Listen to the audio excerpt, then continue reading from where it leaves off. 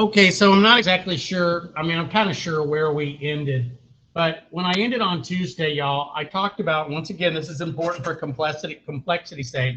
You know, a lot of people look at the revolution as British versus Americans, but as we'll see today, it's more than that. It's patriots who could be American and Whigs who were British, and it was versus the British soldiers and loyalists who were over here. And we'll look at who tended to be in what group because AP likes to ask about that kind of stuff.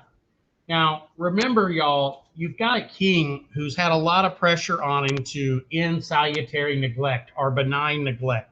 He's also got a tremendous national debt, and he has to come up with a way. And the colonists, y'all, have been fighting him every single tax he did, whether it was the sugar tax or the stamp tax or the Townshend Acts, which taxed like paint and stuff like that. The main way that the colonists had protested was economic, right? Boycotts, refusing to buy British products, which ultimately forced British merchants to urge the end of those particular taxes, right? So that had been relatively effective.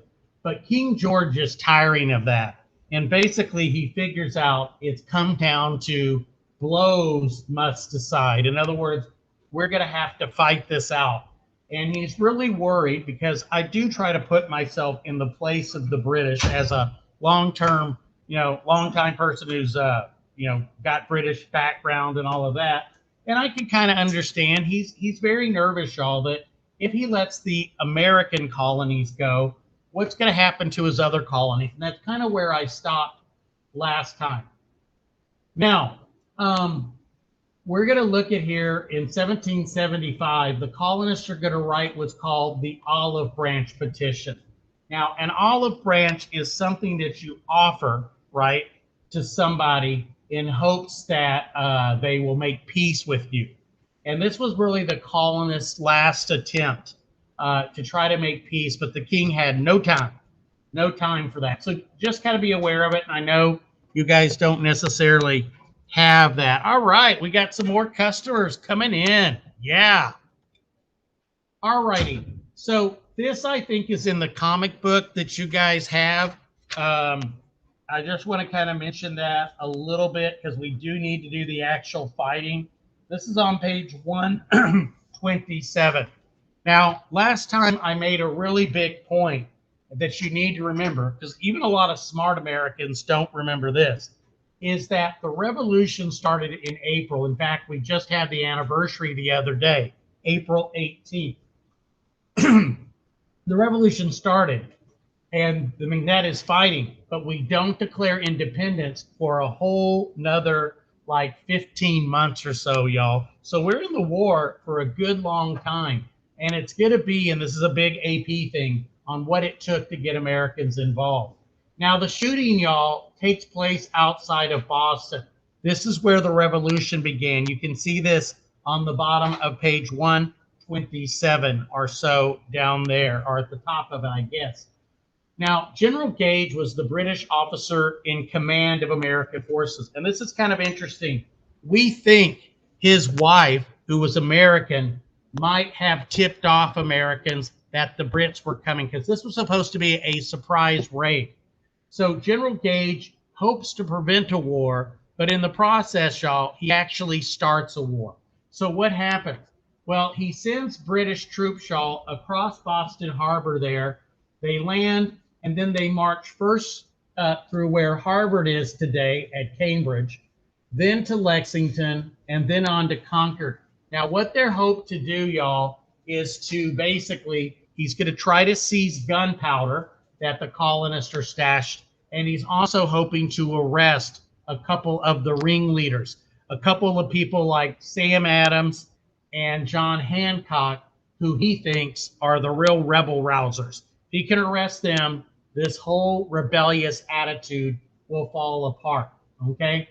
Now, what happens is the British make their way during the night. And in the meantime, Paul Revere, who has found out about this, and also the forgotten William Dawes, what they do is they are Sons of Liberty, Samuel Adams' propagandistic group. and they gallop in separate routes from Boston to Lexington to warn everybody. And they probably didn't yell that the British are coming because remember, y'all, these Americans thought of themselves as being British. So he probably said the regulars are coming or British soldiers are coming. And so he warned these people who would be called Minutemen because in just a minute or two, these Minutemen could grab their guns and they could go ready and stand out there. So what we end up getting, y'all, is what's called the shot heard round the world, which is actually more in Concord than in Lexington. So basically kind of what happens, y'all, is his men, a group of Americans, colonists who are in the militia, Minutemen, they form up under a guy by the name of John Parker. He's their captain. And I've been to that area before, and basically, y'all, it's kind of a triangular shaped green area. And Parker says to his men, you know, stand your ground, men, you know, to the Americans. Don't fire unless fired upon. But if they mean to have a war, let it begin here. And indeed, it does happen there. Now, when the British commander gets there, and I'll spare you guys the video in the interest of time, the British commander yells, disperse, you rebels, damn you. You know, put down your guns, go away, all right? And it's at that moment that something weird happens. Somebody somewhere fired a shot. And this shot, y'all, begins the British shooting. Now, the colonists, for the most part, y'all, they had started to go home. A lot of them were just kind of dragging their guns back behind them like this, right? And then suddenly, everybody just starts shooting. And it's really more of a massacre than a battle. One poor guy, y'all, he literally crawls and he dies right there on his on the stairs right in front of his house, right on his front porch, y'all. And so when this first shooting is done, 8 Americans are dead, 10 are wounded. And the British all celebrate by firing rounds into the air, and then they make their way to Concord. Now, by the time they get to Concord, y'all, church bells have been ringing all through the night, telling people to get to Concord, you know, come to Concord. That's sort of like sending out a text message or something to everybody to go to Concord. And when the Brits get to Concord, y'all, the Americans are ready for them. I don't want to get into all the details. It would take forever, but if you're in ACTEC next year, we probably will. We'll go through all of that. And Concord is going to turn out to be a very, very different thing. So this, y'all, you should know, are the first 2 battles of the Revolution. That's probably more than you guys need to know. I've already shared that with you, okay? And here we see a scene a little bit more dramatic than it probably was. And it didn't help, y'all, if this was kind of a bar or a tavern. And while they waited for the British to get there, some of the men had been getting their liquid courage on, okay? And then the thing is, y'all, after the Americans meet them at Concord, and that is how it's pronounced, not Concord, but Concord, at the North Bridge, the British are defeated. And as they flee back, y'all, the 20-plus miles back to Boston, every American and his mother is out there with their musket, y'all, firing shots, Indian style, from behind fences, from trees and things like that. And the Brits, y'all, are just shot all to parts. Now, they retaliate and they begin just starting to shoot back at homes and things like that. One young boy who comes to the window is shot and killed. It's a nasty kind of messed up thing. And then the Brits, y'all, make their way back into Boston, and then the colonists surround Boston, okay? And here you can kind of see that. So the Brits are going to be in Boston, and the Americans, y'all, are going to take up the land all around them. And eventually, y'all, the British are going to be forced to evacuate from Boston and leave. So it looks like it's kind of gone well for a while. So this is called the shot heard around the world. Let's do a little video here. Now the ride of Paul Revere set the nation on its ear, and the shot at Lexington heard round the world. When the British fired in the early dawn, the War of Independence had begun. The die was cast, the rebel flag unfurled, and on to Concord marched the foe to seize the arsenal. There you know, waking folks searching all around, till our militia stopped them in their tracks at the old North Bridge. We turned them back, chase those redcoats back to Boston town. And the shout around the world was the start of the revolution. The Minutemen were brave on the move. This is what I had to see as a kid, y'all. That's how I learned history. General Washington, hurry in, there's not an hour to lose. Now at famous Bunker Hill, even though we lost, it was quite a drill. The rebel Colonel Prescott proved he was wise. Outnumbered and low on ammunition as the British on his position. He said, hold your fire till you see the whites of their eyes. Oh, the next few years were rough. General Washington's men knew they were tough. Those hungry, ragged boys would not be beat. One night they crossed the Delaware, surprised the Hessians in their lair, and a valley force that just bundled up their feet. Now the shout heard round the world, the start of the revolution. The men were ready on the move. Take your flag, take your son, report to General Washington. We got our rights and now it's time to prove. Well, they showed such determination that they won the admiration of countries across the sea like France and Spain. Who owned the colony ships? So the French and Spanish, of course, came to our aid. And the Continental Army on its feet again. And though they lost some battles too, the Americans swore they see it through. Their raiding parties shut up, hit and run. Hit and run tactics. At Yorktown, the British could not retreat. Followed up by Washington and the French fleet. Cornwallis surrendered, and finally we had won. Around the world, the end of the revolution. The Continental rebel today. And the father of our country, beat the British there at Yorktown. Brought freedom to you and me and the USA. God bless America. Let freedom ring. All right, so that's it for today, y'all. You know the whole revolution thanks to that one song there. It did cover a lot of the major topics. This used to be, and this isn't in your packet, y'all, so just kind of, or maybe it is. Let's see here. No, I decided not to put that in there. But anyway, y'all, this is fairly obvious, and I don't want to get into a lot of things about this. This used to be a bigger part of the AP test. But when you look, y'all, it would seem that the British would have all the advantages over the Americans. Their country was a lot more powerful. They had a lot more money, better trained army, superior numbers. Almost all Indians, y'all, backed the British. They had the help of a lot of Americans who were called loyalists, who wanted to stay loyal to the British. They had money. They could hire German soldiers, all of that. But of course, as Americans would find in Vietnam, they didn't have a lot of motivation, right? They're not fighting for a cause. They're fighting to crush a cause. Their officers became unaggressive after the disaster at Bunker Hill, we'll mention. Their supply lines are really, really long, and they have about a 1,500-mile coastline. They have to take a large amount of land. They have to hold it. And what they found, y'all, was though they could capture the cities like Philadelphia and New York, they really couldn't hold the country. Same problem that we would have in Vietnam. And of course, eventually they would have the French, the Spanish, and the Dutch join the American forces against us.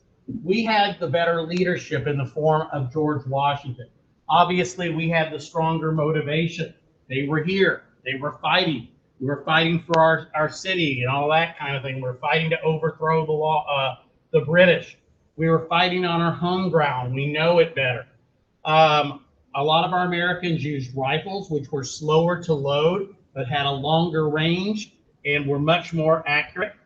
But of course, we had some real problems. A lot of our soldiers, y'all, they would just leave. They would only be in the Army for a few months, and they'd go back home to tend to crops. We had a very, very small Navy, never had enough money. Our Treasury was almost always bankrupt. And remember, we had a lot of Americans among us, the loyalists, who weren't supportive. Now, what's interesting, and I don't know if AP would ever do this, but the thing is, y'all, when the Confederates went to war against the Union, right, against the North, the South versus the North, Southerners looked at themselves, y'all, as the Americans. All the odds, it's Americans in the Revolution, all the odds were against the Americans or the patriots in the American Revolution. And yet they won. And a lot of these same qualities, these same advantages that the that the Americans had in the Revolution, the Confederates believed that they had. And a lot of the disadvantages that the British had in the Revolution, the Union would have. And yet, of course, it turns out very, very differently for those two. You can just see, and don't worry about this particular thing, but tremendous differences in the size, y'all. The British had about 4 times our population if you take out the slaves. I do want to mention, well, I'll talk about that later. The British, for example, had most of the Indian tribes, most of the Iroquois on their side, and that kind of thing. Both sides had African Americans fight. We'll talk about that as a separate thing. Leaders, you don't need to know that kind of stuff yet. Okay, as far as strategies go, the British are going to try a couple different things. One of the things the Brits tried to do was to capture seaports, to limit our trade, limit any help we could get.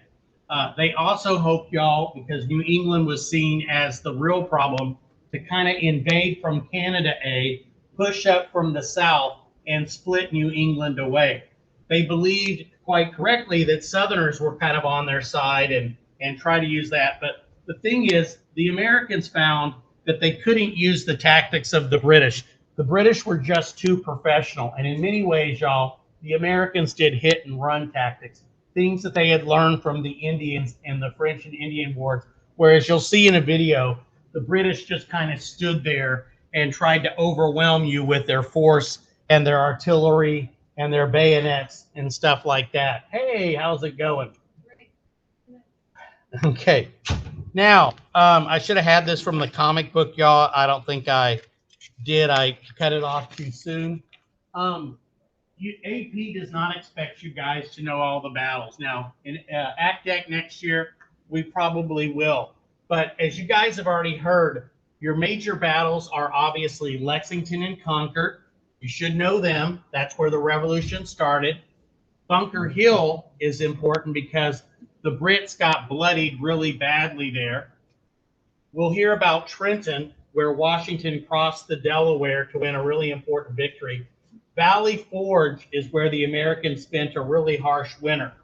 But the war, y'all, the war is going to be won in Yorktown, when the British forces are surrounded and are forced to surrender, and that is essentially going to end the war. There's all kinds of cool, interesting things that happen out west. Sadly, we won't have time for that one. Okay. Let's see here, y'all. So that takes us through some of that. Now, what I want to do is, I hope this is the right PowerPoint. Yeah, this is the right one that I made over the years. Okay, so what we're going to do, y'all, is we're going to use the AMSCO notes that I photocopied for you guys. Towards the back, it says the American Revolution and Confederation. We're not going to talk about the Confederation. I feel like we did that really, really well in class, and all you guys should do is just basically kind of review that. Now, the Revolution, as I mentioned, starts in 1775, Lexington and Concord, April 18th, right? We don't declare independence until July 4th, 1776. Somehow we knew how to do it on a holiday, y'all. Isn't that amazing? And the war, Yorktown, happens in 1781. Most fighting stops in 1781, y'all, but it takes 2 full years for a peace treaty to be reached before that all ends, okay? Now, if you look at the AMSCO thing here on page 85 and 86, it just talks about some of the things that I've already mentioned. What turns out to be the first Continental Congress, which was convened as a result of the intolerable acts that followed the Boston Tea Party. They don't get a whole lot of things accomplished, although they do agree to stop trading with the British and all of that kind of thing. The delegates, they came from all of the colonies, y'all, except for Georgia wasn't there. And you can see on the top of page 86 some of the things that they did here, actions of the Congress, that kind of thing. The Suffolk Resolves, that's where basically we demanded they repeal the Intolerable Acts.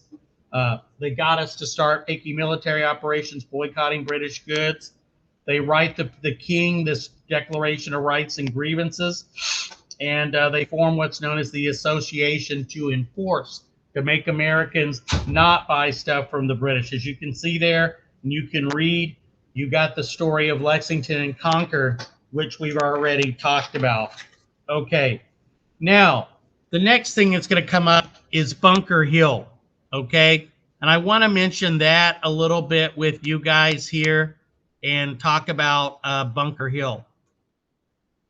Don't want to get into too much of the detail, but the revolution is only at this point, y'all, 3 months going on. Now, Bunker's Hill was actually Breed's Hill.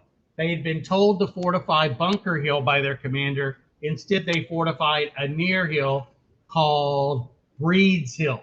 But to this day, the battle is still known as Bunker Hill.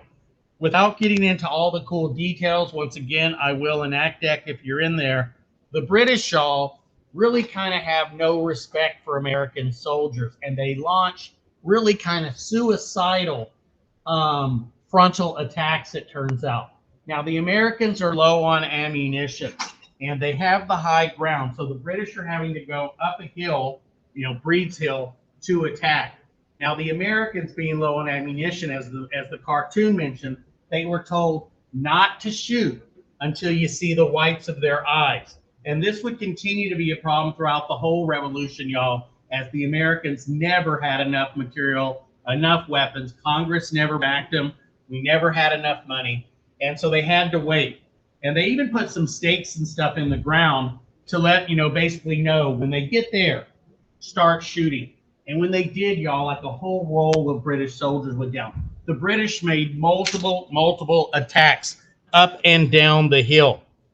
And the Americans, y'all, used up their bullets. They still had some gunpowder. And towards the end, y'all, they got rocks. They got pieces of glass, whatever they could find. And they were shooting that. And what that meant was, terrible, terrible wounds. And one thing the Americans did, one of their tactics, was to shoot the officers first. You weren't really supposed to do that, but that was what the Americans did. Now, why is Bunker Hill so important? It's important because as a result of these heavy casualties, y'all, some units lost every single officer they had. The British are never going to be as aggressive again. They're going to be very reluctant to launch these frontal attacks. And what this means, y'all, is several different times the British had Washington where they wanted him. If they had just continued the attack in several battles, they probably could have defeated the Americans, but they all remembered what had happened at Bunker Hill. So often the British would go, you know what, we'll get him tomorrow. We'll take Washington. And what would Washington do? He would sneak away to fight another day. So that is why Bunker Hill is probably important. Technically, it's a British victory because we gave the field away to them. But the British, y'all, lost a lot of officers. When these men came back home, the wounded, to London, it was a mess back there. 40% casualties. People were used to 5 or 10%, y'all. This was like more people were wounded and killed in this than like the Battle of Quebec and a bunch of battles of the French Indian War, y'all, all put together. Okay? Now, this happens in June. Jump back to May. Now, the First Continental Congress had said, let's meet again next year in May, and let's just see what had happened. Well, a lot had happened. Lexington and Concord had happened. And so the Second Continental Congress gets together in May of 1775, y'all. Now, the thing is, the New England people, they want independence right away. Your middle colonists, y'all, and especially your Southerners, they hope to work out some sort of deal. Now, as you can see here, the Second Continental Congress writes a declaration of the causes and necessities. In other words, why they should do this. But the big thing that the Second Continental Congress does, y'all, is to pick George Washington to be the leader here. I'm skipping through some stuff here, okay? Now, Washington, y'all, wanted this job. He showed up at the Second Continental Congress as a delegate from Georgia. He was a wealthy man. He was known for his experience, mainly bad, in the French Indian War. And he showed up, y'all, dressed in his uniform from the war. So when they were trying to think, who do we pick? Who do we pick to be our commander of our new Continental Army? Everybody's like, do we know anybody with military experience in this room? Is there anybody? And, Washington's like, I wonder who might be that guy. And, of course, we end up picking George Washington. And part of it was this, too, y'all. This is something that's been on AP tests before. Washington was a Southerner. He's from Virginia. Many people saw this revolution as a New England thing. If the New Englanders had just picked a New Englander, somebody from Massachusetts or something, it would have probably diminished support. And so Washington's selection was also based on the fact, y'all, that he was a Southerner. So they thought, hey, we picked Washington. That's going to get Virginia, one of the biggest colonies, back behind us and do all of that. So that is one of their biggest things that they do. And boy, did the guy have a mess, okay, that he had to deal with, okay? And so like we said, a lot of this was done to try to bring in New England. Okay, now believe it or not, we do try to make some peace efforts, right? In July of 1775, we actually send that olive branch petition that I mentioned to you, where we really, even though we had shed blood, y'all, we were like, look, we are still loyal, King George III. Can you please, King George III, do something with Parliament? Remember, we're not initially fighting, y'all, for our independence. We're fighting to try to get the rights as Englishmen that had been promised to us way back to the Magna Carta, your right to trial by jury, your right to vote for taxes imposed on you, your right to all those kind of things. Those were the rights we've been promised since Jamestown in 1607. That's what most Americans wanted the king to do. And so they see it as sort of like, Parliament's the bad guy at first, and the king is the guy that's going to help us, right? But it doesn't work out that way. Okay, I'm skipping some of this stuff that you'll learn about more next year. Like I said, if you do ACDEC or whatever. But one of the things to understand, y'all, is oftentimes this war, as I said, is portrayed as a war of Americans versus Brits. But there was also, in fact, there's a new book out by a historian I respect a lot and met and talked with him a lot, that he calls this America's first Civil War. Because you have a lot of Americans, y'all, who fought against each other. And some of the real problems that we're going to have in this war, y'all, is really only a third, maybe even as little as 25% were truly patriots who believed in declaring independence. The other third to 25% were loyalists. The numbers fluctuated during the war, and as you'll see, they fluctuated in different places. New England, by far, y'all, had the most people who wanted to be independent. The southern colonies, George Washington was an exception, were the ones that wanted to stay because, they were making good money, with all their crops and stuff. Another real problem that would dog the South and dogged us during the war is that many of the colonists, y'all, did not think of something called America. They thought of something called their colony. They were Virginians. They were Massachusettsans, or whatever you call those people, Connecticutans. They were Rhode Islanders. That was what their country was. So if you're trying to tell them, hey, you got to leave Rhode Island to go fight in Virginia, they're like, homie ain't doing that. That's not what I'm going to do. And there was a real problem. Remember, y'all, we're fighting this revolution because we didn't like, one of the big reasons, we didn't like the British taxing us. Now, we didn't like the fact the British taxed us without our permission. But it turns out, y'all, we didn't even really like to be taxed in the first place. And so we couldn't tax much, the colonists much. So what we did, y'all, is we financed a lot of this war by borrowing. We borrowed from Americans and we printed a lot of money that's become famous as continentals because it was so worthless. So that's going to be one of the biggest problems that we had to face here. And you know, y'all, it's so sad because a lot of these country boys, they just kind of were used to doing things like they did back at home, right? You had to go back home when you went, you went to the bathroom in the woods somewhere or whatever. Well, Washington had to teach the men things like you just don't go poop right outside your tent. We're going to dig ditches and you're going to go poop in those ditches, and that's going to help save us from getting sick. Also, y'all, we're going to make some interesting advances. I hope ACDEC talks about this next year. But Washington experiments, y'all, with an early vaccine. You take like smallpox, which a lot of the guys had, a sort of a weakened strain, and you cut open a part of a person and you rub it in. And it helped build immunities or antibodies, and it proved to be somewhat effective. So we had to deal with sickness, all kinds of problems, y'all. We'll skip some of the strategy stuff. I've mentioned some of that before. You know, the different ways Americans used guerrilla tactics. The British used these big, massive squares and boxes trying to intimidate the colonists. The Americans, y'all, and this is one of the things that is interesting, they did successfully what the Confederates tried to do to the North unsuccessfully. That was to bleed them dry. Just keep killing enough British soldiers. Keep the British spending money so that eventually the British people will demand that this war come to an end. That's what the Confederates hoped to do to the North, and they almost succeeded. Ironically, y'all, as you'll hear me say several times, this is what the Vietnamese did to the United States. North Vietnam and the Viet Cong communists of South Vietnam, y'all, they use that same tactic.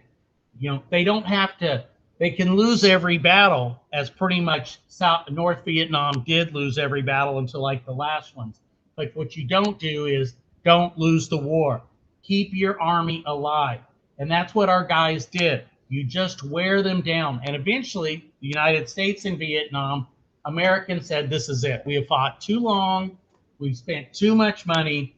Let's just leave. And ultimately, y'all, that is what happens with the British. So it's ironic that the strategy used against the Americans, or the strategy Americans used to gain their independence, was what Vietnam used to win its war against the United States.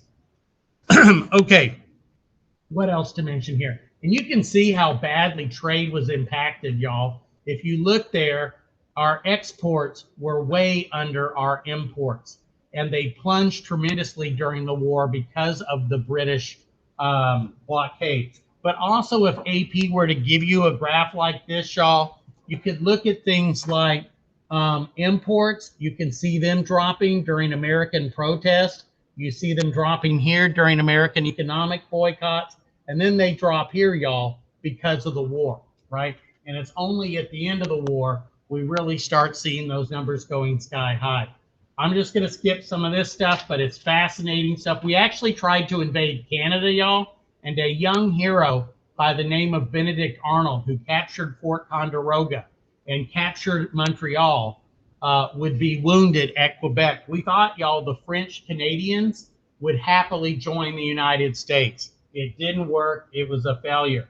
Had it succeeded, and it came really close, y'all, we might today, Canada might actually be, Quebec might be several different states, and we'd be like a three-language nation, French, Spanish, and English. Didn't happen, though. All right, one of the things AP does like to talk about, and I'm sorry this isn't in the notes, but I mean, it kind of is somewhere in there, but AP, y'all, likes to know about the role that the Enlightenment had in starting the revolution. This is the intellectual basis of the revolution. Now, if you guys remember when I talked about the First Great Awakening, one of the things that came from that was this idea of challenging your priests, challenging your ministers, challenging, the orthodox the orthodoxy, the common beliefs. And the Enlightenment is going to do that. Now, some of the things that happen, and this is definitely something you need to write down, because this has appeared on AP tests before. And I think I mentioned this when I talked a little bit about what happened after the revolution. Remember the word primogeniture? The word primogeniture, y'all, is the firstborn son gets everything. Now, if AP asked you guys, was this really a revolution? What was some of the impact? You should know that we pretty much got rid of primogeniture, which was a way that you keep an aristocracy. You keep people rich because only one son gets it. Whereas if you're forced to divide that property out, you're not going to have that kind of aristocracy. We didn't want an aristocracy like the British had, so we got rid of this. Okay? Now, let's talk about Thomas Paine here. Okay?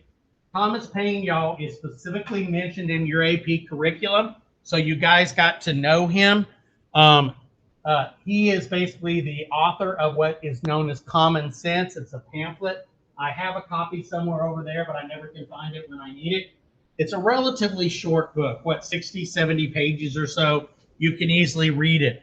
And it's meant, y'all, to really inspire Americans. It's not meant to be a book that you read and you study and all of that. The Common Sense, y'all, was meant to fire you up. The language is incendiary. He calls the king the royal brute. And he uses things, y'all, like common sense, hence the name. He points out, for example, y'all, that nowhere in nature, remember, this is the Enlightenment.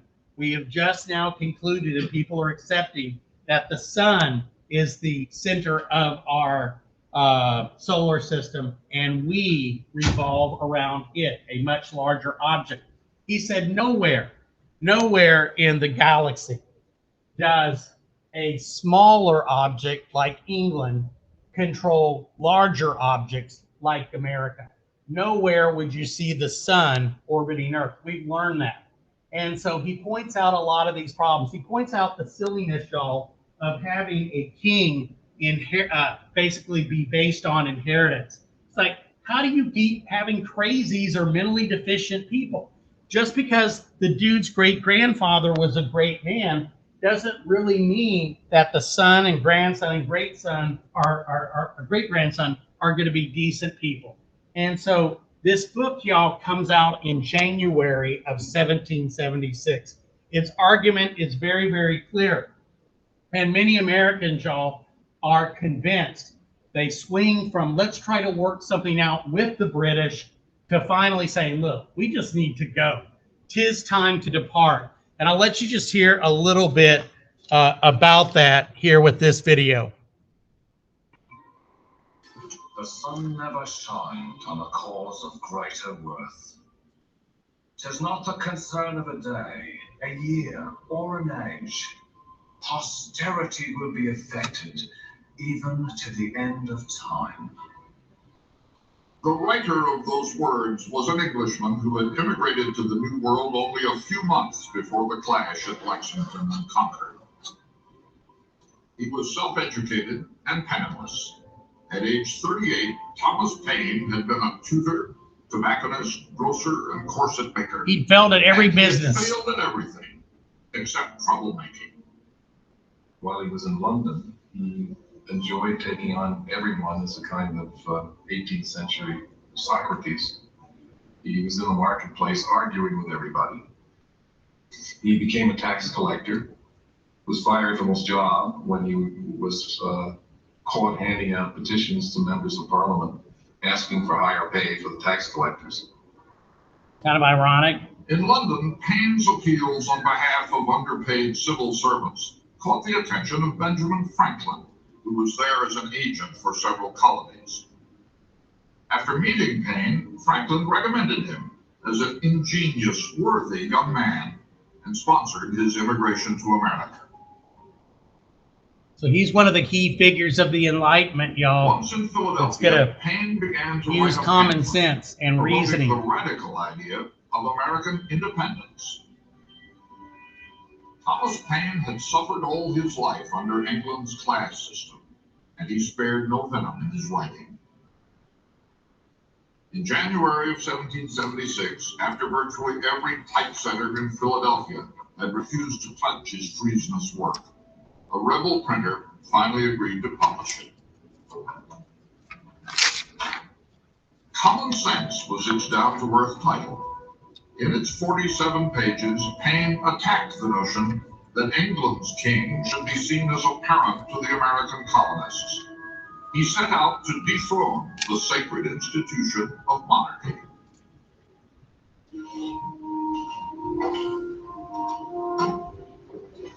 When it came out, Common Sense sold 120,000 copies in the first 3 months. And over the course of several years, it sold 500,000 copies. This was the... Remember, y'all had a document from her, Carol Birkin? The equivalent of the Bible. Common Sense was read aloud from street corners and pulpits, in taverns, parlors, and schools. The brilliant pamphlet was published anonymously.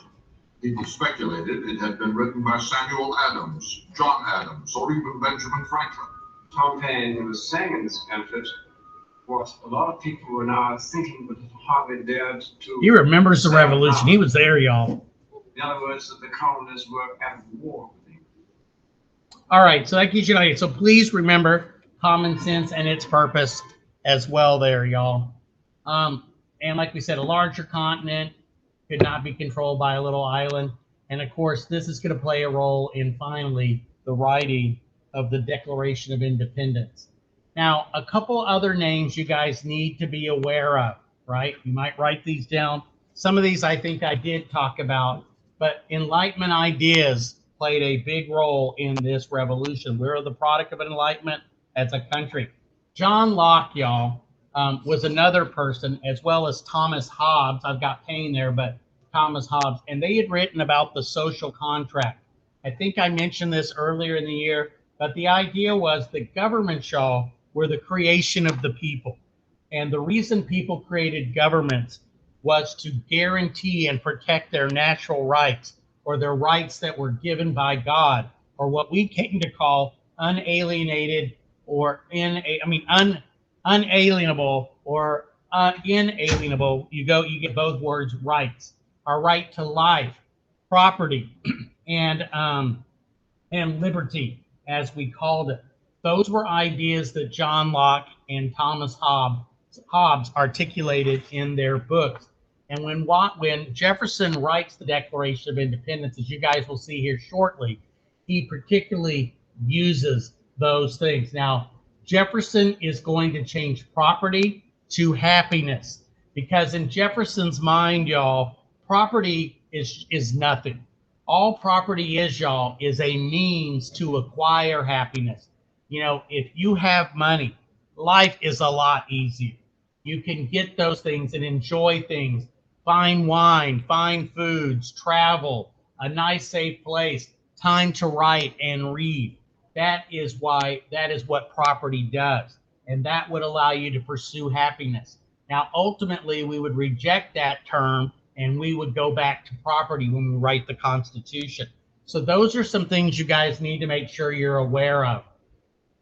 Now, I'm just going to mention some of these things here. I will talk about these a little bit later. I took a lot of this from Adam Norris's thing, so I've got a hodgepodge here, y'all, of a lot of things. Now, what about the revolution and slavery? You hear a lot of people being very critical of our revolution, saying, man, you know, here they are talking about all men are created equal. And what do they have? They have slavery. But what the revolution did, y'all, was put slavery on a time, on a time clock, that it was going to be gone. You start seeing some states saying, how can we talk about freedom if we have people enslaved? Pennsylvania becomes one of the first states. Now, remember, y'all, because of climate variations and stuff, very few northern states had slaves in the first place. But Pennsylvania stops the importation of slaves, and they set up a thing where basically all kids born to slaves would be free. So the parents, bless their hearts, would live out their lives. But even that changes that. Now, very, very famous. And if you talk at all, y'all, about women's roles, in the U.S., you've got to remember Abigail Adams, John Adams's wife. I'm going to talk about her in more detail, but John Adams had an amazing, amazing wife. This woman was brilliant. Had there not been the discrimination against women at the time, she probably would have been a representative, maybe even a president herself. But of course, as a woman, she didn't have that ability to do that. She was banned from that. So what could she do? She could work through her husband and try to have him make changes. So when he's writing back home, talking about how he's trying to get everybody to support independency, as they called it, she writes him a note and she says, "Hey, John, while you're working on this new constitution, this new country, could you do me a favor and remember the ladies? And if you guys don't, we're determined to have a little revolution, a little insurrection of our own." Many people see this, y'all, as the opening shot of the women's rights movement. So if at all you ever talk about women's rights, you need to bring up Abigail Adams telling her husband to, quote, "remember the ladies." And I love John Adams, y'all, except for the Alien Sedition Act. But John Adams, y'all, is so disappointing in the way he writes back. He's like, "Ooh, aren't you one to be telling me this? We've had stories of Negroes rebelling against their masters and kids against their teachers, but I never ever thought we would have to worry about a revolution from you ladies." And he's like, "We're too smart to give away power to y'all." And it was really kind of disappointing that he did this. Now, here is a term. Notice how that blinked. If you can, write down this term and know this term. This comes up on AP test, y'all, so much it's ridiculous. Now, we did, however, give women a special role. Now, there is something later you guys will learn about, or I'll talk about, called the cult of domesticity, where basically the job of a woman was to stay home, make stuff ready for the man, cook, clean house, and educate the kids. In the American Revolution and in early America, we gave women one other big responsibility.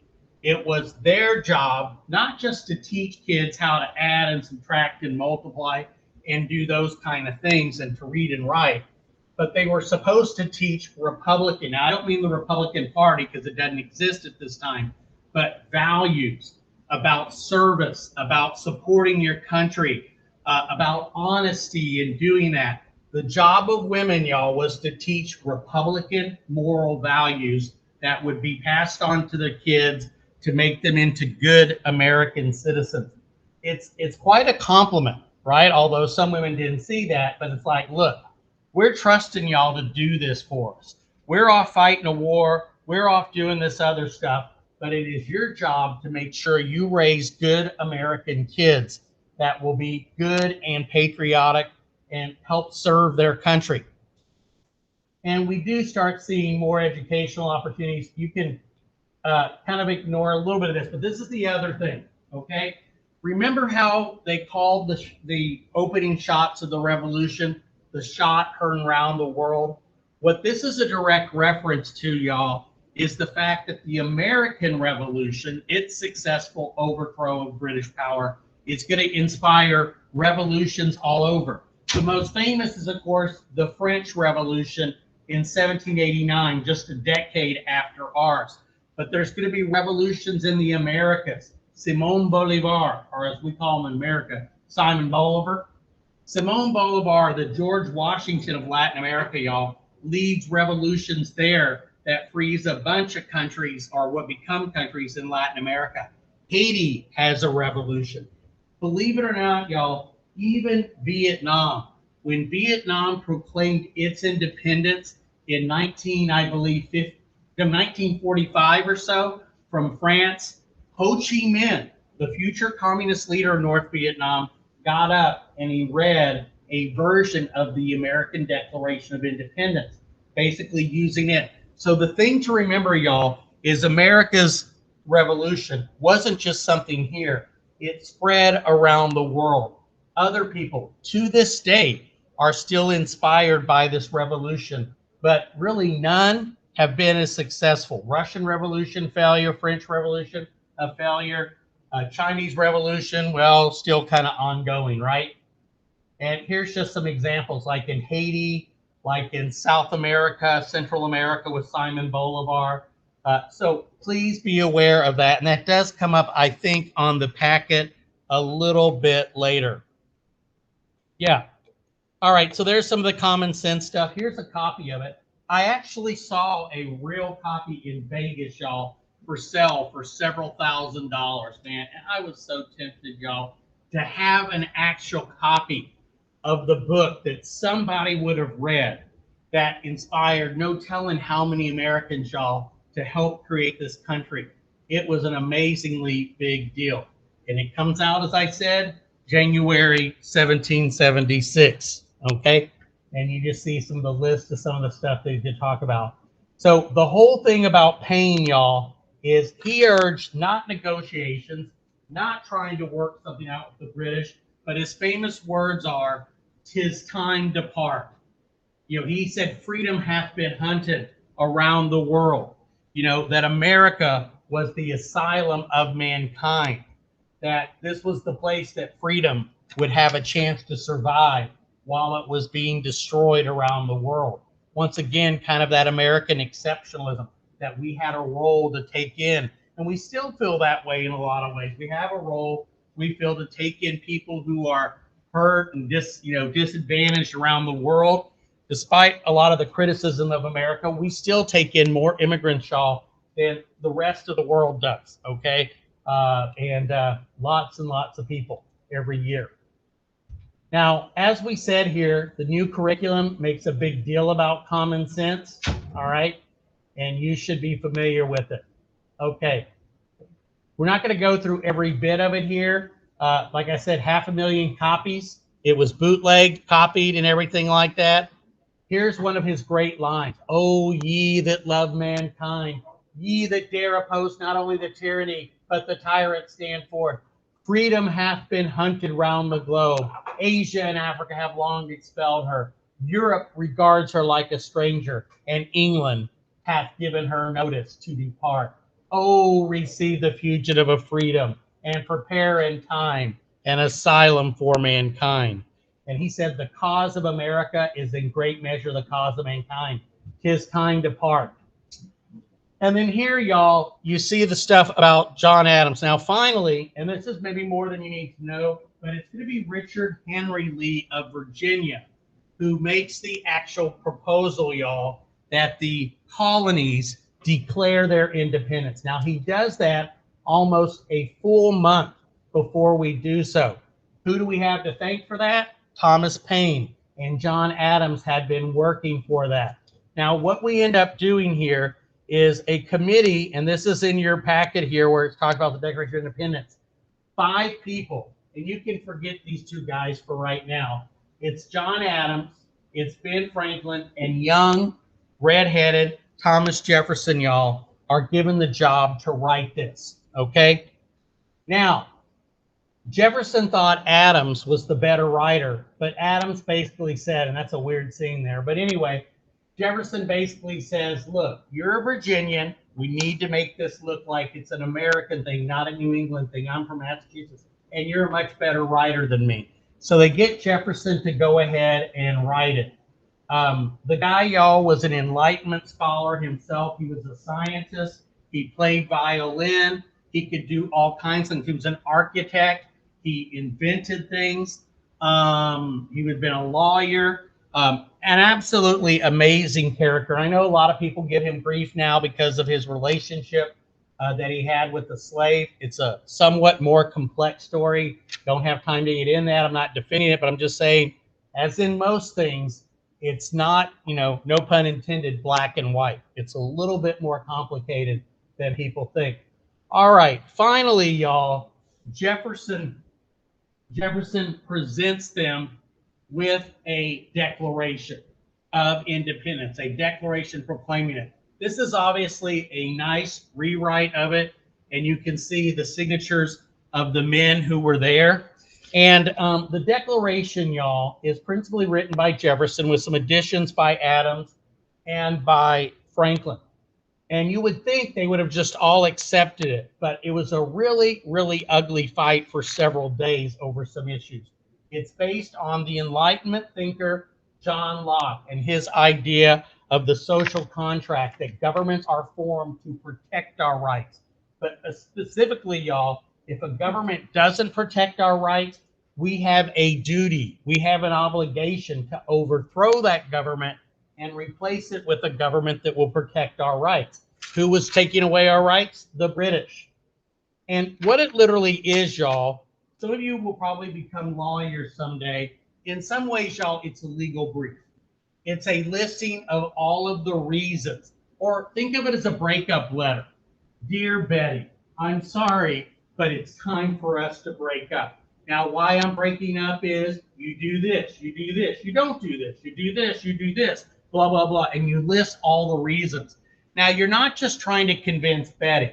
Betty's going to be devastated or be mad at it or whatever. But you've got to remember, too, y'all, the Declaration is also trying to win over other countries, particularly the French, particularly the Spanish, and get their support, win their support, win the support of some English people who are supportive of ideas like Locke. Those Whigs, that was a political party in England, y'all, that was fighting the conservative Tory party.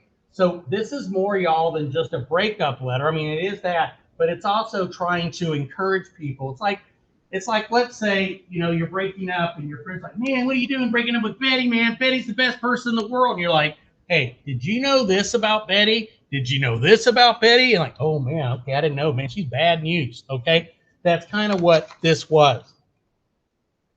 Now, here's the opening words, and you should kind of be aware of them, okay? Not that you have to remember it, but you will remember some lines down here. Now, basically, this is the context. He's saying, look, sometimes in history, human events, it's necessary for people to dissolve the political bands that have connected them with another. In other words, it's time for us to break up and to assume the powers of earth, the separate and equal station. And he talks about the laws of nature, nature's God. And he said a respect to the opinions of mankind requires that we should declare the causes. This is why it's called the Declaration of Independence. We are declaring the reasons to the world, as well as to you, England, the King, Parliament, why we're doing this. This is what the real declaration looks like today. Have any of y'all been to Washington, D.C. and seen her? Oh, man. I tell you, I just melt every time I see her. I call it a her. I don't know why. But she's on display. She kind of sits up kind of high. You're not supposed to take pictures of her because, like, all the flashes, you know, gonna mess it up. But this is the problem, y'all. When they put her on display, they had her in a window for some time. What do you think that did? It faded it. People made copies by wetting paper and putting it on top of it and then peeling it off. That took ink away. So she's in bad shape, but she's in a particular thing of glass, y'all, bulletproof glass. She actually goes down into a bulletproof, bomb-proof building in case there was ever an attack on the United States, y'all. The Declaration would be safe. The Constitution is right there by her. The Constitution is right under it, along with the Bill of Rights, all on display right there, y'all. Now, believe it or not, this piece of paper went for many, many millions of dollars. A few of these things, y'all, I think about 50 or so of these bills were printed up and sent to the various, now we would call them states, because we went from being colonies to being states. We sent these so that they would have a copy of this. This was called a broadside. Now, only a handful of these have survived the last 200 years. Jump ahead a few years ago, y'all. Somebody is at a flea market, right? And they see this kind of cool frame. Picture's not so cool, but they like the frame. It's old, right? So they buy it for like nothing.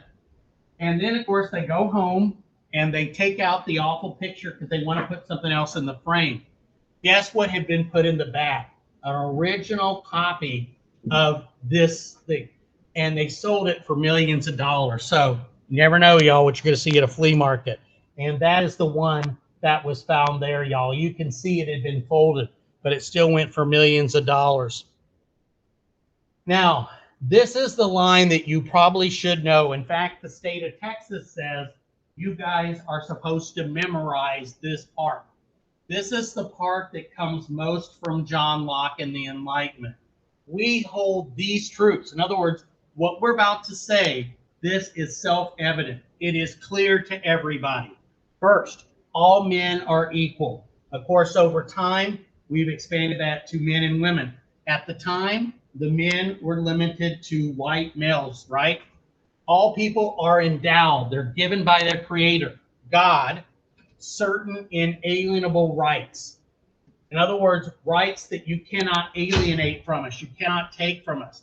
And among these, they're not saying these are the only rights, but among these are life, liberty, and the pursuit of happiness.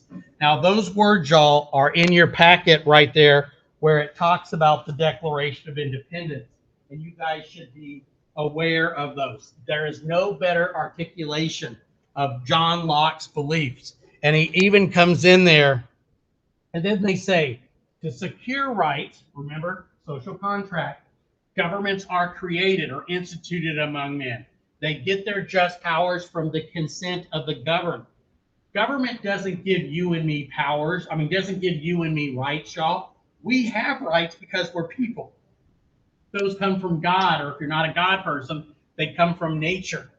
And that if government is destructive of those, it is the right.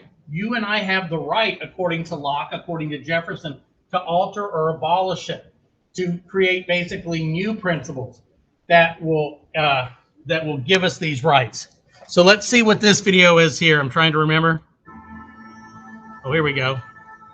When in law course of human events, it's necessary for some to dissolve political connections, ancient good reasons, and declare the causes which impel them to the separation. This we know, we hold this truth to be so evident that all men are created equal, liberty, no pursuit of happiness, and life for eternal and oh, we declare independence from you, collaborating. Oh, we declare independence from you, collaborating. Oh, all these rights governments are instituted by man. The power to govern is from the consent of the governed. But when our law train of abusing becomes despotism, they must go. So he gives you a really pretty, good example of what's really saying it, putting in English there. And I'm going to skip some of this, y'all, but they do make a point here saying, look, a lot of people say, okay, so just because you're mad, just like you guys get mad at your parents sometimes, the first time you get mad at your parents, you're like, okay, I'm out of here, I'm gone. And he says, no, people will suffer as long as they can suffer terrible things. Think about you, how long some of you, and I don't know if you've had a bad relationship yet, but you're young, there's still plenty of time for you to have a few. And I think it's good. I know that sounds like crazy talk, but it makes you appreciate the good ones when they come along, y'all. But the thing is, y'all, he says basically people will suffer as long as they can, but finally they'll reach a point, y'all, where they can't take it anymore. And he basically says that's where America is right now. And so he goes through here, y'all, and here is like the things. Now, I'm not going to get into all these, but these are what are called grievances. And they literally sat down, y'all, and they wrote all the different things that we were angry about.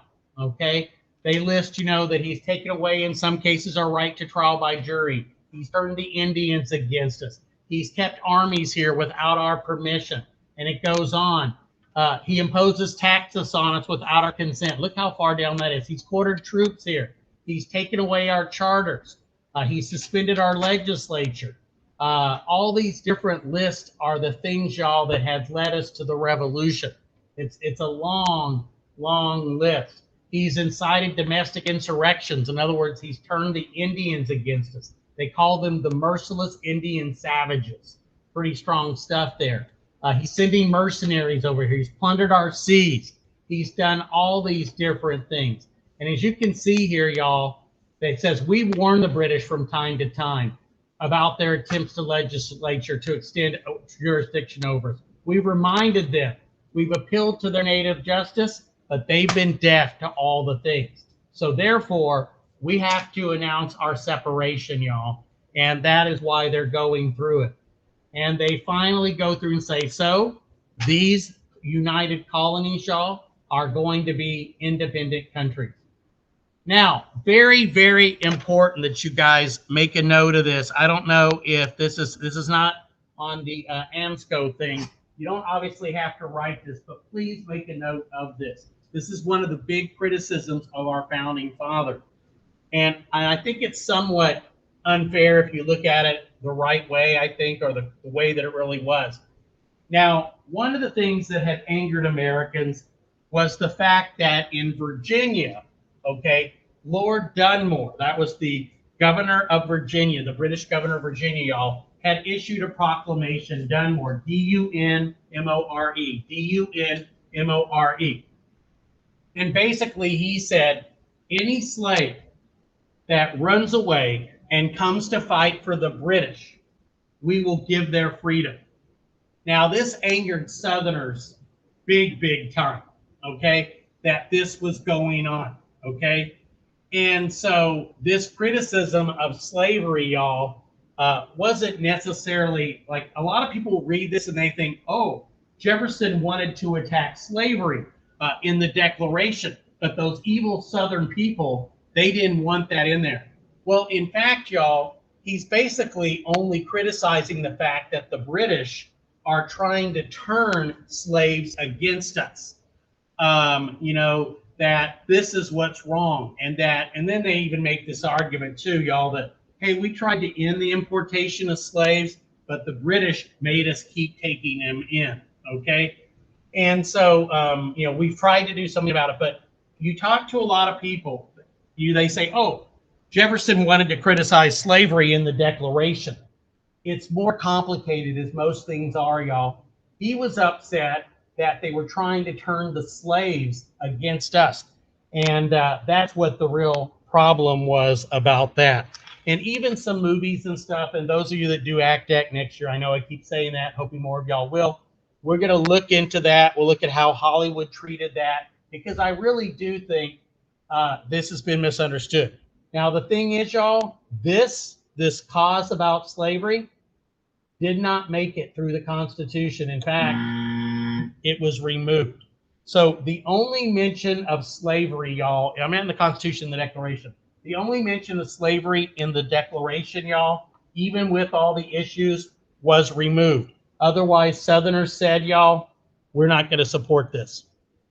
So finally, the Declaration is adopted on July 2nd is actually when it's formally, after we approved independence. It took 2 more days, y'all, for us to actually approve the document. And they celebrate, that's why we celebrate July 4th every year. Okay? And eventually 56 men signed it. People who claim 300 is a true story comes a tale of our nation's blood. General Washington, the Redcoats outnumber us 1,000,000,000 to 12. They're not American. But tonight, we died in Virginia!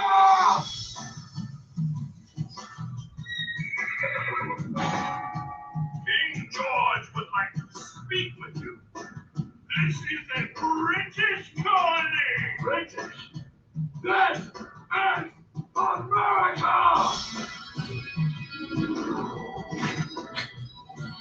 Betsy Ross. Hancock, now! Hancock, now.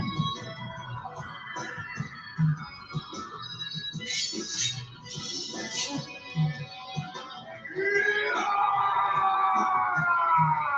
1776. Get accurate, but it'll blow your fucking mind. Y'all ever watch Adult Swim? Yeah, good. Okay, I figured y'all were smart people, y'all would. All right, I'll spare you the movie because of time. I'll spare you who these people were. One, though, that you guys should make a note of because he could be on the STAR test. Actually, there's a couple of them. But one you should know, oh my gosh, I just went blank on his name.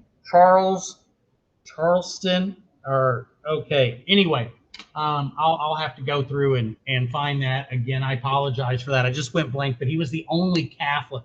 All these men were Protestant, but there was one Catholic, and I just went blank on his name, y'all. But as you can see, some of them were merchants, half of them were lawyers, only a couple of them were actually politicians, y'all.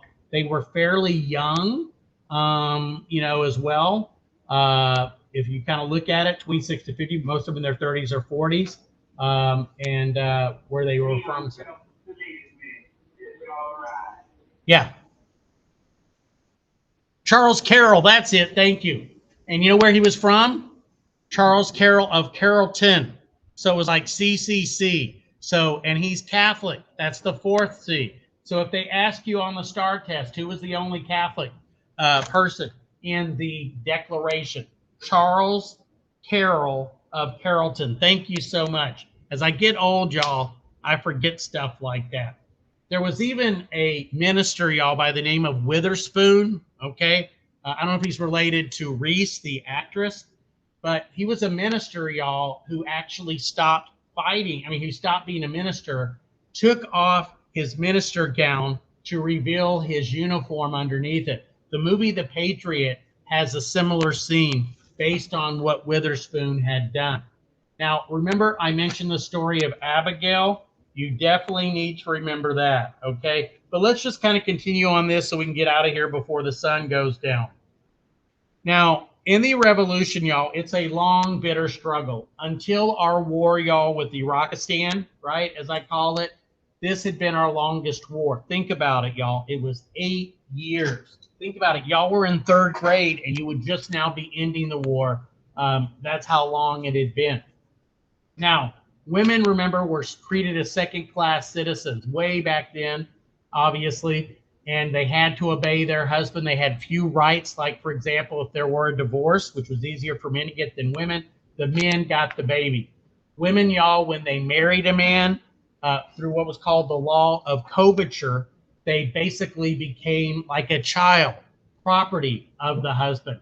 Very little access to education. Now, New Jersey, during the revolution or right after it, briefly, New Jersey let some women vote. They couldn't be on juries, y'all, until the 20th century. They couldn't even be in a trial and be witness. They couldn't sue. They couldn't sue. They could sue or be sued. They couldn't, I should say. And so that is why Abigail wrote that letter to her husband saying, remember, men would be tyrants if they could. If particular care and attention is not paid to the ladies, we're determined to foment a rebellion of our own. And we're not going to pay any attention to laws that we had no voice or representation. Think about it. The colonists, y'all, were saying the British were imposing laws on us that we had not had the right to make. What indeed are the men doing to the women, but doing the same thing? And so she says those famous words. Dearest friend, in the new laws which you will be writing, please remember the ladies. Don't put unlimited power in the hands of the husbands. Remember, all men will be tyrants if you give them a chance. If you don't pay attention to the ladies, then you cannot expect us to obey any laws in which we don't have a voice or representation. Well. We were warned that our struggle with England is going to let everyone loose. Children are going to become disobedient. Students will overthrow their teachers. Negroes and Indians will become insolent to their masters. But now I see a new tribe, more numerous and powerful than all the others, is beginning to rebel. Dearest friend, I'm sorry, but I still find it odd that while you are proclaiming peace and goodwill to men, emancipating the nation, you still insist on retaining the absolute power of husbands over their wives. Remember, John, arbitrary power, like everything else that's hard and brittle, is easily broken. In spite of all your wise laws, we too have it in our power to free ourselves. All right, so famous line. Like I said, you talk about women in the context, y'all, if you're writing about them, you need to bring up Abigail Adams. And you saw the response, and like I said, it's somewhat embarrassing to me that he did it. It is not until 1920, y'all, that women finally get the right to vote with the 19th Amendment. And it's really the beginning of the women's rights movement officially is with the Seneca Falls Convention in New York and the writing of the Seneca Falls Declaration of Sentiments, right, which lists how men have treated women, and they basically paint men as the king. They use the Declaration of Independence as the basis of that, y'all. All right, very famous painting. We'll go over more of this if you do ACT DEC. And of course, this painting, y'all, is on the back of the $2 bill. I bet y'all didn't know that we had $2 bills, but you can see it on the back there. I'm going to skip a lot of this stuff. Okay, Washington crossing the Delaware. Okay, also another famous painting that we would spend more time on. Probably not on the test, but why this was so important, y'all, about Washington crossing the Delaware is that we had been losing the revolution. It had been going really badly. A lot of the men were fleeing and going home.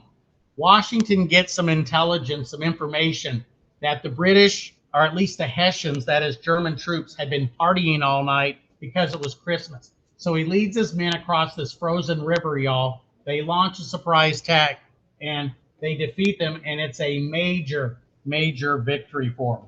All right, so let's just kind of continue on the notes here, y'all. The Revolutionary War, like we said, maybe at the most 40% of the people actually fought against the British. This is page 88. These people would be known as patriots. Most of them were from New England or Virginia, okay? And Washington, y'all, never really had a very large army. If you guys go to page 89, African Americans, AP, of course, loves to ask about this as well, talk about how it impacted different people. Now, initially, remember, Washington did not want African Americans to serve, but when the British, like Lord Dunmore, offered slaves a chance, y'all, to become free, we chose to offer the same thing. And if they fought for us, about 5,000 African Americans did. They could earn their freedom, but a lot of them, y'all, to be honest, were already free. They mentioned Peter Salem as one of the most famous. Now, the people fighting against us that you should be aware of that were Americans as well were the so-called loyalists, okay? These people still supported the king. They were loyal to him. They actually fought on the side of the British against Americans, okay? And we think their numbers were anywhere between 20 and 30% of the population. They were the biggest numbers in New York, New Jersey, and way down in Georgia. Now, Indians, you guys should be aware of. Indians, y'all, supported the British for the most part, right? Initially, they tried to stay out of it, but Washington's men, in several cases, went after them. Now, why did this happen? Well, Indians had attacked and supported them, the British in some cases. So as a result, Washington, y'all, sent his forces in the midst of the war, y'all, to go after the Indians, which made many Indians decide to support the British, which means, y'all, when the revolution is over, they're going to lose big time because they were on the wrong side. Now, you can read through there about the losses. We lost New York. We lost Philly. We had to spend a terrible winter in Valley Forge. But it was in Valley Forge, y'all, that an amazing German or Prussian comes and he starts training Americans, and we'll get more into that. Now, the key thing here, y'all, victory that's going to happen is at Saratoga. We don't ask you guys to know many battles, but you do need to know Saratoga, which is up on the top of page 90 in the second column there. On page, well, there's only one column on page 90, but the second column of that page. Now, what had happened, y'all, was the British were trying to invade from Canada and invade from the south and cut New England off. Benedict Arnold had built a navy out of fresh wood, y'all, and I mean, they held back the British for about a year. The next year, y'all, the British came, and we get what's called the turning point of the war. Do you get that? See, it's the turning point of the war. Why is this such a big deal? Without getting into all the details of the battle, which, by the way, Benedict Arnold, as an American, plays a big role in winning. What happens, y'all, is the British are surrounded, and they are forced to surrender. This was an incredibly big blow. Now, why is it important? The French, y'all, had been negotiating with Ben Franklin, who was over there. Franklin was trying to convince them to join us in the war. They were nervous. What if they join us and America loses? Then they're having to fight the British all by themselves. They really didn't think we had a snowball's chance in HE double hockey stick of winning this war, y'all. But when we won Saratoga, the French could support us openly, send us troops, send us weapons. They had been secretly, kind of like well, not so secretly, but kind of like how we're sending weapons to the Ukraine, y'all.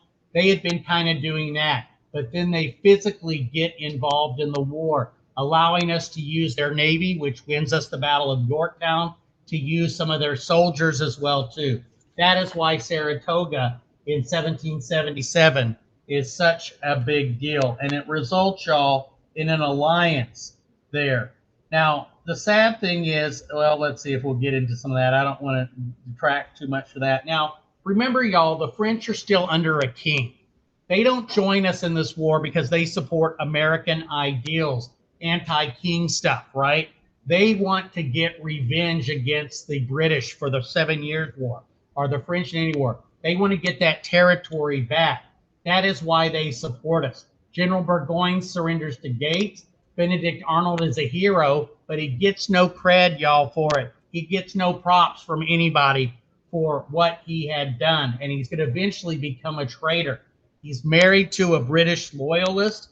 She spends lots of money. He isn't getting money, so he starts out, y'all, stealing money here and there, and eventually he comes up with a plan to trade to the British West Point, our fortress. It was a fortress then on the Hudson River. He even invites George Washington there because he plans to capture Washington, turn over his old friend to the British, and then give them control of the Hudson River. Fortunately, that doesn't happen. Here's the surrender. You'll probably see that in Act Deck. Here you see Valley Forge. This General Baron von Steuben trained our army, and we managed to survive and get through. Now, this may come up on a test, or it could be something you could use. At the Battle of Monmouth, New Jersey, it was a super hot day, and I mean a real hot day, not like fake hot day like 80 degrees up in the north. The men were passing out. They were fainting. And women, y'all, who were there with their sweethearts, their husbands, their sons, they began to run out onto the battlefield carrying pitchers filled with water. I used to say pitchers of water, and like Mr. D was like, they carried a pitcher of water, Mr. D? Isn't that kind of cruel to show somebody a picture of water when they're thirsty? Like, no, no, no. I mean, it had water in it. And they're like, oh, okay. Well, the most famous of these women is the so-called Molly Pitcher. Now, what Molly did, y'all, was when her husband was wounded fatally, he ended up dying, she took over his cannon, probably one of the most famous women of the Revolution. And a cannonball, y'all, came through, and it took her dress off. Now, I don't know about you, but that kind of scared me. You know what Molly said? She goes, her real name was Mary McCauley, but we called her Molly. She said, it's a good thing it didn't go a bit higher. It might have carried away something else, okay, instead of just her dress. So tough, tough lady. Now, the British, y'all, ultimately figure the war isn't going so well in the north. They turn to the south. We have a general who was actually a Quaker. Remember how we mentioned some people are opposed to war? Quakers are, but he chose to fight, Nathaniel Greene. Benedict Arnold, y'all, I wish I could talk more about it. I will in Act Deck next year if you're in there. Really sad story where he decides to betray the U.S., the country he had won so many battles for. Eventually, the British take him on as a general, but for some reason, y'all, the British never trusted him, thinking that if he betrayed America, he could probably betray the British. And allegedly, as he lay dying in England, he asked that his American uniform be put on him one last time. It's a really, really sad story, but a complicated story. That's what he was going to give them. All right, I'm going to skip the war out west, and it's a shame because it's interesting. I'm going to skip John Paul Jones. That was one of the guys that we had fighting out west there. Okay, I mean, fighting out around England and stuff. Okay. Victory. Okay, Washington moves south. Now, this is where the French played a big role. 6,000 French troops arrive in New England. They eventually, because of this alliance, y'all, this becomes a world war. Ultimately, the Spanish also join us in this war. Now, Nathaniel Greene was kind of doing the same thing that George Washington was doing, which was doing hit and run attacks at the British. If you've seen the movie The Patriot, you see Guilford Courthouse, in which he had really, really hurt the British. We lost the battle, but the thing is, y'all, the British could not replace their wounded people like we could. Cornwallis, hurt by this battle, makes his way up to the coast, where he's going to hopefully get supplies and maybe be moved up north. But when the French Navy shows up, y'all, what's going to happen is Cornwallis is going to be trapped. And finally, he is going to be forced to surrender at Yorktown, okay? And after a siege, he surrenders there. Here's the famous painting. You know, the world turned upside down was the song that was played there, and actually by the British. Okay, victory, the Treaty of Paris. We're almost done, y'all. What time we got? About 5 more minutes, and I'll be out of here. Okay, so what happens, y'all, is the Treaty of Paris. This is the bottom of page 90. This absolutely shocks the British when they find out that Cornwallis has surrendered. It's just unbelievable. Cornwallis himself, y'all, was so embarrassed that he wouldn't go out and give his sword to George Washington. He sent somebody else to do it, okay? And then they didn't want to give it to Washington. They wanted to give it to the French because they were so embarrassed. So negotiations, y'all, begin to try to end this war. Like we talked about the Treaty of Versailles, it takes a while to actually get a treaty done. This one took over 2 years. Now, if you look at this painting here, y'all, and I actually saw this on an AP test many, many years ago, all you see are the Americans who were there for the treaty. The British got so frustrated that this was dragging out, y'all, that they left for a while. Now, the Americans had promised not to make an independent peace with the British. They promised the French and the Spanish they would wait till they had won what they wanted to, and then we make peace. Finally, y'all, the British made us such a good deal. We decided, okay, we'll betray the French and the Spanish, and we'll reach our own separate peace. Adams was one of them over there. Franklin was over there. And like I said, part of it was delayed because of that. Now, Jay decides to go ahead and make the separate peace, okay? Now, what comes out as a result? Now, the British, y'all, they're desperate. They want to get this American thing wrapped up so they can worry about the French and about the Spanish. So they're like, hey, America, what's it going to take to end this war? First thing, they recognized us as an independent country. Obviously, most important. They also, y'all, gave all that land that they had won from the French. They gave that to us. You know, so now we controlled all that territory, y'all, that they had won from the French. They gave it to us. They gave us fishing rights off the most fertile place for fish in the world, Newfoundland. And all the British asked, y'all, was that loyalist who had had their land confiscated. Now, one thing that was different about how the Americans went in their revolution compared to the French, y'all, they cut the heads off of their enemies. What we did was we took the property. It was a way we used to finance the war. The British said, look, would you please try to get loyalist property back, or at least pay the people who had fled? A lot of them, y'all, by the way, went to Canada, which is one reason Canadians are so loyal to the British, because a lot of them were the original loyalists.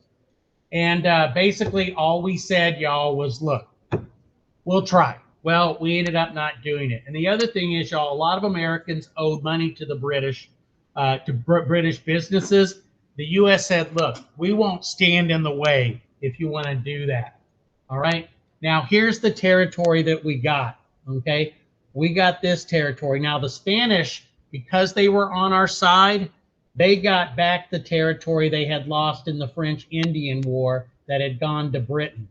So we get Spanish Louisiana. Eventually, Napoleon is going to take that back and, of course, sell it to us in 1803. So they recognize it. We're not going to go after the loyalists. We can fish there. You see the territory that we get as a result, and some other things there. Okay. In the interest of time, y'all, I'm going to stop. But one of the things I do want to make sure I hit next time next Tuesday. I do want to go over the different state governments. AP loves to ask about that. So please read pages 91 and 92, as well as 93. Some of that we've already talked about, y'all, but especially read 94. How did this war impact rich people? How did it impact religion? How did it impact women? You see them mentioning Mary McCauley. And how did it impact slavery, African Americans, and finally Indians? Okay, and that'll be about it, y'all. We got pretty far in here. I got through 73 of the 83 slides. Okay, I'll end with this here, y'all, because many Americans wanted us to stay, but we had changed our minds. But this is what George III said to our people. Oh, no, this is a different one here. This is what he said. I'm real proud this time. This is the king to us. Yes, it's true, you have a voice in your parliament. And you don't want to board the troops have sent. While trying to give you cheaper tea, but you threw it away in my liberty. Oh, won't you stay with me? 'Cause you're my colony. I believe in democracy. So darling, stay with me. Okay, and y'all probably saw this in junior high, right? Y'all remember this one? Oh, yeah.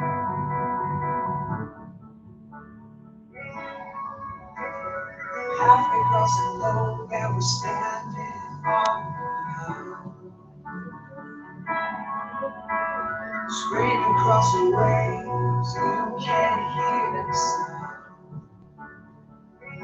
That's supposed to be George III. No fair trials, no train, no There's the stamp tax. liberties, no tea. Colonize America, we won't stand for tyranny.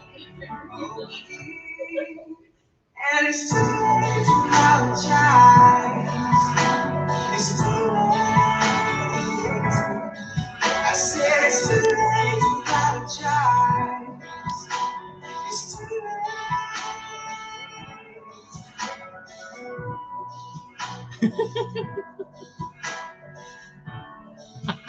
Supposed to be Sam Adams.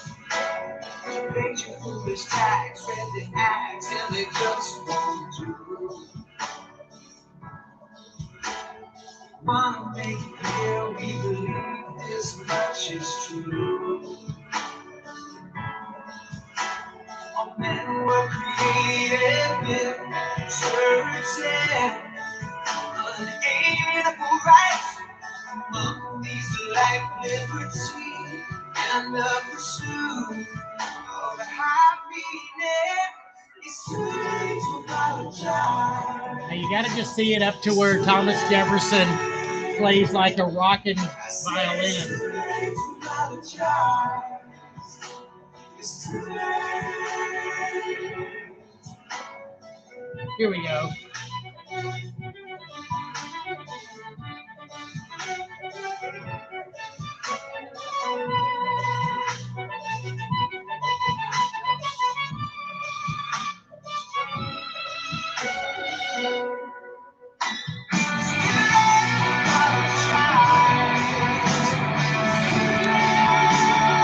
Before there was Hamilton, y'all.